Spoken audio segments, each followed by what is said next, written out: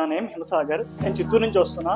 నేను సెలెక్ట్ అయిన పోస్ట్ వచ్చి ఎక్సైజ్ ఇన్స్పెక్టర్. నేను ఎవరెస్ట్ గురించి ఏం చెప్పాలనుకుంటున్నా అంటే, మన సార్లు చెప్పే నోట్స్ ప్లస్ వాళ్ళు ఇచ్చే పీడిఎఫ్లు నోట్స్ ఇవి కానీ కరెక్ట్ కంప్లీట్ చేసుకున్న తర్వాత మీరు PYQs రాసినారంటే, PYQs అంటే మాక్ ఫార్మెట్ లో PYQ రాయాలి, ప్లస్ తర్వాత మాక్ టెస్ట్ ఇవి రాసుకున్నారంటే చాలండి. ఇది వరకు చాలు. నెక్స్ట్ ఇంకా ఎక్స్పీరియన్స్ కి నేనేం చెప్పాలనుకుంటున్నా అంటే, ఫస్ట్ మీరు సిలబస్ కంప్లీట్ చేయండి. సిలబస్ కంప్లీట్ చేసిన తర్వాత PYQs చెప్పుకోండి. PYQs ప్రతి ఒక్క సబ్జెక్ట్ కి PYQs, అన్ని PYQs మొత్తం ఒక 4-5 years బ్యాక్ PYQs మొత్తం తీసుకొని మొత్తం ఒక రివిజన్ చేయండి. ఆ ప్రాక్టీస్ చేసిన తర్వాత మార్క్స్ స్టార్ట్ చేయండి.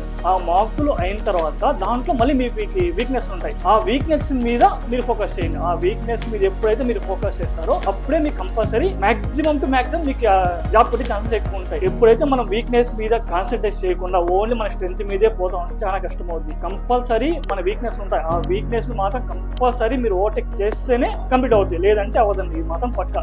ఎందుకంటే ఆ వీక్నెస్ చాలా ఉంటే అవన్నీ కంప్లీట్ చేసుకున్న తర్వాతే ఇప్పుడు ఇంత మంచి పోస్ట్ అయితే నాకు రాగలిగిందని నేను అనుకుంటున్నాను.